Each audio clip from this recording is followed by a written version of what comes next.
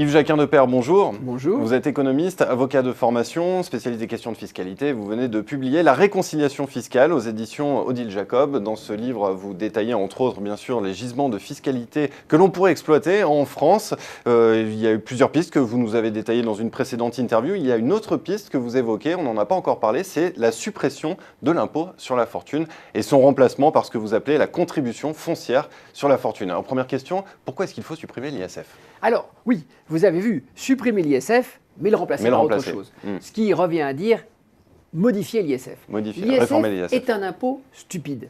Il y a un consensus énorme là-dessus, et je ne vais pas développer parce que l'idée est déjà bien répandue et reconnue quasiment par tout le monde.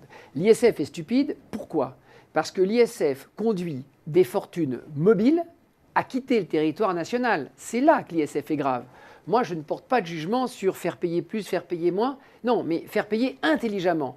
On ne peut pas ruiner l'État. Or, on ruine l'État avec l'ISF puisque c'est un impôt qui conduit les fortunes à aller se faire imposer ailleurs. Donc il faut taxer l'immobilier plutôt que le mobilier. Voilà, quand on part de ce constat, on se dit, faut-il pour autant supprimer l'ISF, comme actuellement il y a un consensus général à droite pour supprimer l'ISF?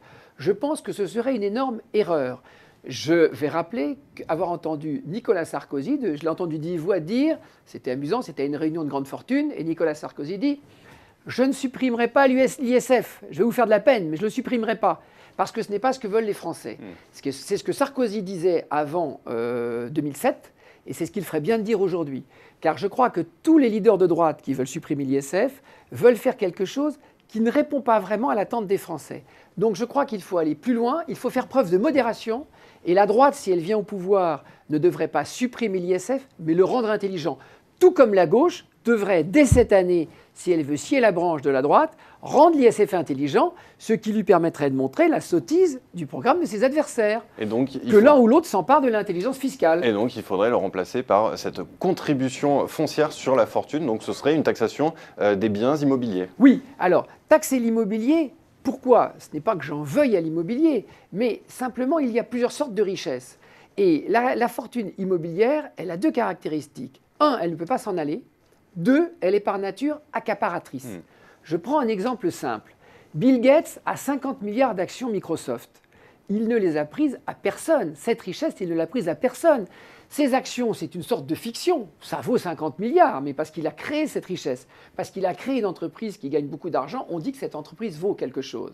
Si Bill Gates, au lieu d'avoir 50 milliards d'actions Microsoft, possédait 50 milliards d'actifs immobiliers à Paris, mais alors nous serions tous en train de lui payer un loyer et plus personne ne pourrait s'acheter un appartement à Paris.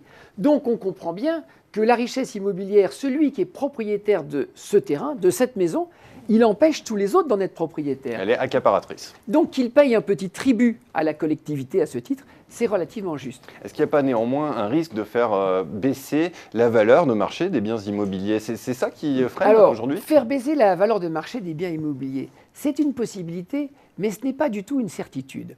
D'abord parce que pour la plupart des personnes, ce que vous paierez en plus au titre de la portion de votre fortune qui est immobilière, vous le paierez en moins sur le reste de votre fortune. Donc, au total, ça sera à peu près pareil. Pour le Français moyen, on prévoirait au minimum une exonération de 300 000 euros. 300 000 euros, c'est plus que la valeur moyenne du bien immobilier. Donc 50% des Français ne payent pas d'impôt sur la fortune, c'est normal. Et ensuite, il faut avoir conscience que depuis des années, les agents immobiliers, les notaires nous le disent, 80% des biens ayant une valeur élevée sont achetés par des gens qui ne payent pas l'impôt en France. Or, ces gens qui ne payent pas l'impôt sur le revenu, sur l'ensemble de leurs gains en France, payent très peu d'ISF. Oui. Parce que comme l'ISF est progressif, ça veut dire quoi ? Un millionnaire qui vit en France et qui a une maison, il paye énormément d'impôts. Un millionnaire qui vit à Genève et qui a une maison en France, il ne paye rien du tout. Du fait de la progressivité de l'impôt. Même chose sur l'impôt sur les successions. L'impôt sur les successions, comme l'impôt sur les fortunes, doit être recentré sur l'immobilier, de manière à ce que fortune en France ou fortune qui est partie, tout le monde paye pareil. C'est ça la vraie équité.